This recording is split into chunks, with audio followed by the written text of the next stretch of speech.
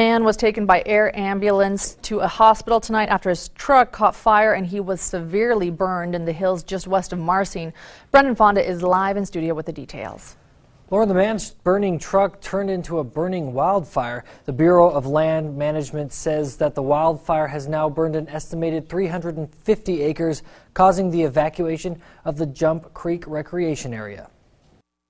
Investigators say they still don't know how this truck caught fire, but do know that a propane tank that was in the back exploded. Which is, I think, why we might have had a wildfire versus maybe an engine fire. A man in the truck had to be life-flighted to a hospital with severe burns, and in only minutes the flames would spread from there. With winds and dry grass, the BLM says the fire has now burned 350 acres, but could have burned much more had it not been for a quick response. We've had several fires this week in the area, so we've had a lot of resources available to respond. Several air tankers and helicopters were dispatched to the mountain, including crews from the National Forest Service, BLM, and Boise Hot Shots.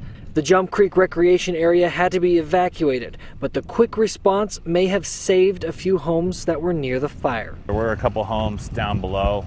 If it did start to get out of hand, it might have crept down to those homes. Crews say this has been the third wildfire this season caused by a car, and remind people to be mindful when driving in dry areas. We've had quite a few fires this week, vehicle related.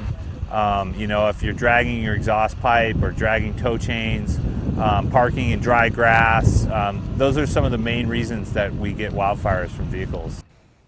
The fire was called in at noon, but by 5 o'clock tonight was 80% contained. A BLM spokesperson told me the fire should be fully contained by now, but they will keep a few crews on scene overnight to watch for any flare-ups. Live in studio, Brendan Fonda, Idaho on your side.